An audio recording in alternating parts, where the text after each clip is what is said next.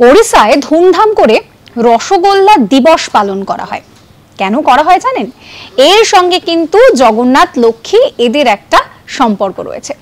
যেটা শোনা যায় যে মাসির বাড়িতে রথে করে নিয়ে যাওয়ার জন্য লক্ষ্মীকে না বলেছিলেন জগন্নাথ। ব্যাস এই না শুনে তো লক্ষ্মীর বেজায় মন খারাপ হয়ে যায়। এরপর যখন জগন্নাথ মাসির বাড়ি থেকে ফিরছেন তখন লক্ষ্মীর রাগ ভাঙানোর জন্য এই রসগোল্লাকে হাতিয়ার করেছিলেন জগন্নাথ দেব। আর সেই জন্য রথের পর যখন জগন্নাথ দেব পুনরায় তার নিজের বাড়িতে ফিরে আসেন তখন এই উৎসব পালন করা হয়, যে উৎসবের একটি পোশাকি নামও রয়েছে। এই পোশাকি নাম হচ্ছে নীলাদ্রি ব্রিজে।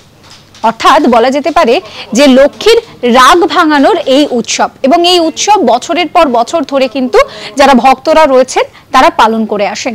এমনিতেই রসগোল্লা তুমি কার এই নিয়ে পশ্চিমবঙ্গ এবং ওড়িশার মধ্যে তো একটা বলা যেতে পারে যে দড়ি টানাটানি রয়েছে। এরকম সমস্ত কন্টেন্টের জন্য সাবস্ক্রাইব করতে ভুলবেন না আজ তাক বাংলার ইউটিউব চ্যানেলকে।